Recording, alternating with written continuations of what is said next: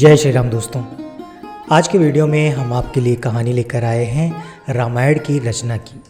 आज के वीडियो में हम जानेंगे कि किस तरह से भगवान वाल्मीकि जी ने रामायण की रचना की।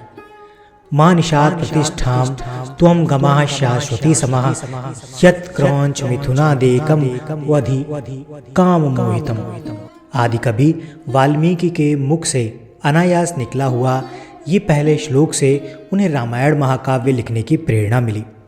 एक दिन दोपहर के समय महर्षि वाल्मीकि तमसा नदी के किनारे प्रकृति की सुंदरता का आनंद ले रहे थे। बसंत उतर रहा था, पेड़ों की छाया सुखद लगने लगी थी। वन पर्वत सब हरे भरे थे। तमसा मंद गति से बह रही थी।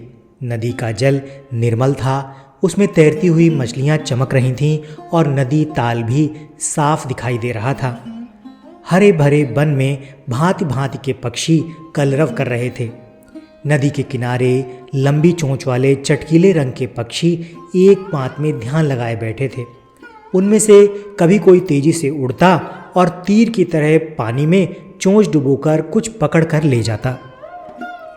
नदी तट की शोभा को देखकर महर्षि वाल्मीकि के मन में अपार हर्ष था। सहसा उनके कानों में एक क्रौंच पक्षी की सुरीली ध्वनि पड़ी। आंख उठाई तो देखा क्रौंच पक्षी का एक जोड़ा नदी तट पर कल्लोल कर रहा है। क्रौंच कभी चोंच से एक दूसरे की पीठ सहलाते, कभी थोड़ा सा उड़कर वे इधर उधर बैठ जाते और फिर पास आकर खेलने लगते। महर्षि वाल्मीकि को ये क्रौंच बड़े प्यारे लग रहे थे। इतने में नर क्रौंच को निषाद का तीर कहीं से आकर लगा और वो गिरकर छटपटाने लगा। पति की ये दशा देखकर क्रौंच बड़े करुण स्वर में रोने लगी। क्रौंच मिथुन की ये दशा देखकर ऋषि का हृदय करुणा से भर गया। वे शोक सागर में डूब गए। उनके हृदय की करुणा एक श्लोक में फूट पड़ी। हे निषाद, तू बहुत दिन तक प्रतिष्ठित न रह सकेगा, क्योंकि तूने क्रौंच के जोड़े में से प्रेम मग्न नर पक्षी को मार डाला है। बड़ी देर तक वाल्मीकि शोक के कारण बेसुध रहे। तब वे स्थिर चित्त हुए।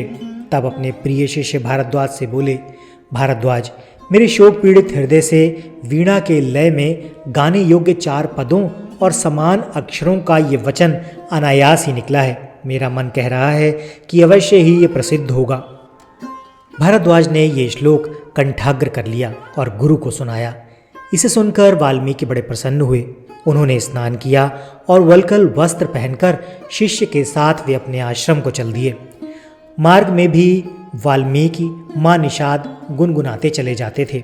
उनका ध्यान इस श्लोक के अर्थ पर गया। अर्थबोध से उन्हें बड़ा दुख हुआ। वे सोचने लगे कि मैंने व्यर्थ ही निषाद को इतना कठोर शाप दे दिया।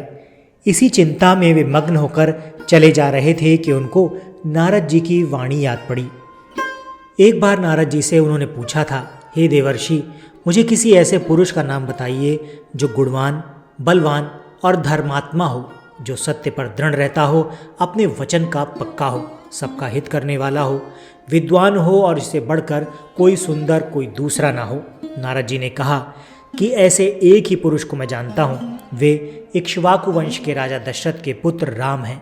वे सब तरह से गुणवान और रूपवान हैं और जब क्रोध करते हैं तब डर के मारे देवता और दानव भी कांप उठते हैं। वाल्मीकि को ये सब बातें याद पड़ी और रामायण की जो कथा नारद जी ने संक्षेप में सुनाई थी वो भी उनको याद आई। ये भी याद आया कि देवर्षि देवलोक को आकाश मार्ग से किस अद्भुत गति से चले गए थे।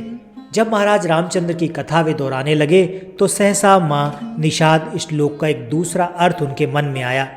हे माधव रामचंद्र, तू अनेक वर्ष तक राज करेगा, क्योंकि तूने मंदोदरी रावण जोड़े में से काम पीड़ित रावण को मार डाला है। ये अर्थ मन में आते ही उनकी चिंता मिट गई, परंतु मां निषाद श्लोक उनके मन से नहीं निकला। वे उसे प्रायः गुनगुनाते रहे। एक दिन वाल्मीकि जब ध्यान में बैठे हुए मां निषाद गुनगुना रहे थे, सृष्टि के रचयिता ब्रह्मा जी ने उनको दर्शन दिए। ब्रह्मा जी बोले, ऋषिवर, मेरी ही इच्छा से ये वाणी अनायास आपके मुंह से निकली है और श्लोक के रूप में इसलिए निकली है कि आप अनुष्टुप छंद में महाराजा रामचंद्र के संपूर्ण चरित्र का वर्णन कर दीजिए। श्री राम की कथा संक्षेप में आप नारद जी से सुन ही चुके हैं। मेरे आशीर्वाद से राम लक्ष्मण, सीता और राक्षसों का गुप्त और प्रत्यक्ष सब वृत्तांत आपकी आंखों के सामने आ जाएगा। जो आगे होगा वो भी आप देख सकेंगे। अतः जो आप लिखेंगे वो यथार्थ और सत्य होगा। इस प्रकार आपकी लिखी हुई रामायण इस लोक में अमर हो जाएगी। इतना कहकर ब्रह्मा जी अंतर ध्यान हो गए। महर्षि वाल्मीकि श्लोकों में श्री राम के चरित्र का वर्णन करने लगे। सब श्लोक मधुर और सुंदर थे। उनका अर्थ समझने में कोई भी कठिनाई नहीं होती थी। उनके सामने राम, लक्ष्मण, सीता, दशरथ और दशरथ की रानियों का हंसना, बोलना, चलना, फिरना सब कुछ प्रत्यक्ष हो गया और वो बिना रुके रामायण की कथा लिखते रहे। 24,000 श्लोकों में उन्होंने पूरी रामायण की रचना कर डाली और इस तरह से रामायण की रचना हुई। तो दोस्तों, यही थी रामायण की रचना की पूरी कहानी, किस तरह से महर्षि वाल्मीकि जी ने रामायण की रचना की। आशा करता हूँ ये जानकारी आपको ज़रूर पसंद आई होगी। वीडियो अच्छा लगा है तो इसे लाइक करके चैनल को सब्सक्राइब कर दीजिएगा। हम मिलते हैं आपसे अपने अगले वीडियो में ऐसी ही किसी रोचक जानकारी, किसी रोचक कहानी या फिर लोक कथा के साथ। वीडियो देखने के लिए आपका बहुत बहुत धन्यवाद।